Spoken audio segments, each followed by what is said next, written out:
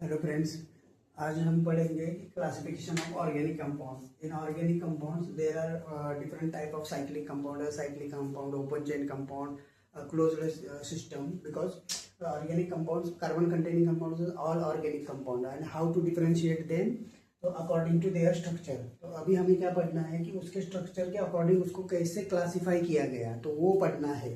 तो अभी देखते हैं हम कि जो भी ऑर्गेनिक कंपाउंड है वो अलग अलग फॉर्म में रहेगा। कोई साइक्लिक रहेगा, असाइक्लिक रहेगा, ओपन चेन रहेगा, हेट्रोसाइकल रहेगा, एरोमेटिक रहेगा।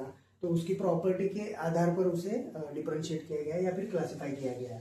तो अभी जो ऑर्गेनिक कंपाउंड है उसमें पहले तो दो मेन है। एक है असाइक्लिक ओपन और साइक्लिक क्लोज्ड चेन। मतलब एक असाइक्लिक रहेगा, मतलब वो ओपन चेन रहेगा, जिसका एग्जांपल है इथिन है, कोई भी ले लो, पेंटेन ले लो, जो एन पेंटेन होगा वो, या फिर ऐसे एन ब्यूटेन होगा वो, कोई भी एग्जांपल ले लो जो ओपन चेन है। हेक्सेन ले लो, हेप्टेन ले लो, ऑक्टेन ले लो, वो असाइक्लिक है या फिर ओपन चेन कंपाउंड है।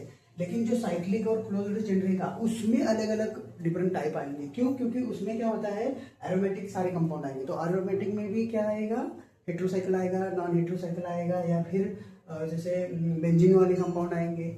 लेकिन जो ओपन चेन है उसमें ही दो ही है, एक है कौन सा है, एक ही है ओपन चेन। लेकिन साइक्लिक में दो है, कौन सा है, असाइक्लिक और एरोमेटिक।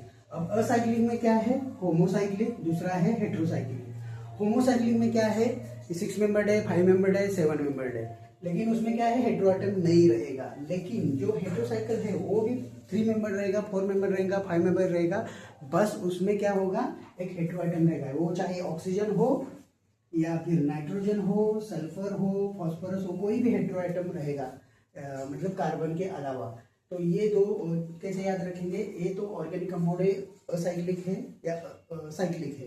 तो असाइक्लिक में तो ओपन चेन ही रहेगा, इथेन, मीथेन, ब्यूटेन, पेंटेन, वो सारे आएंगे। लेकिन जो साइक्लिक है वो डिफरेंशिएट होगा। फिर उसमें दो लोग होंगे, मतलब दो टाइप होंगे, एक तो असाइक्लिक रहेगा, एक एरोमेटिक रहेगा। अब असाइक्लिक रहेगा उसमें होमोसाइक्लिक रहेगा, हेट्रोसाइक्लिक रहेगा। और उसके एग्जाम्पल हमने देख लिए। साइक्लोपेंटीन भी रहेगा यहाँ पे, जिसमें हेट्रोएटम नहीं है। अलग अलग कंपाउंड आएंगे, हेक्सेन, हेप्टेन, नॉन, वो भी साइक्लिक रहेंगे। लेकिन जो एरोमेटिक रहेंगे उसमें फिर आएगा बेंजीनॉइड कंपाउंड। उसमें बेंजीन आएगा, नेफ्थेलिन आएगा, एनिलीन आएगा, कोई भी फ्लोरोबेंजीन आएगा, नाइट्रोबेंजीन आएगा। बेंजीन के सारे डेरिवेटिव आएंगे, उसमें अलग अलग फंक्शनल बेंजाल्डेहाइड आएगा। लेकिन अभी जो एरोमेटिक है उसमें क्या होता है, नॉन बेंजोनाइड भी होता है। और उसका एक एग्जांपल याद रखना, ट्रोपोन।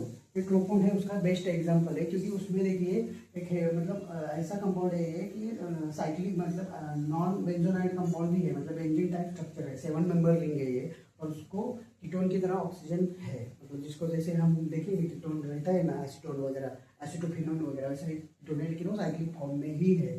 तो इसलिए वो एरोमेटिक में आ गया।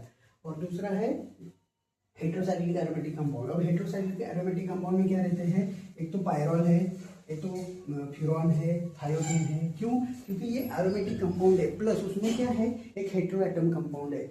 यहाँ पे ये भी एरोमेटिक कंपाउंड है, लेकिन इसमें हेट्रोएटम कंपाउंड नहीं है। इसमें एरोमेटिक है, हेट्रोएटम कंपाउंड है, और ये नॉन बेंजोनाइड कंपाउंड है, जिसका एग्जांपल ट्रोपोन है। आपको कुछ नहीं करना है, बस साइक्लिक जो कंपाउंड रहेंगे, असाइक्लिक, नॉन साइक्लिक, हेट्रोसाइक्लिक, और उसके स्ट्रक्चर के आधार पे ही वो मतलब डिफरेंशिएट किए गए। तो अभी देखिए इसमें इसको याद कैसे रखेंगे।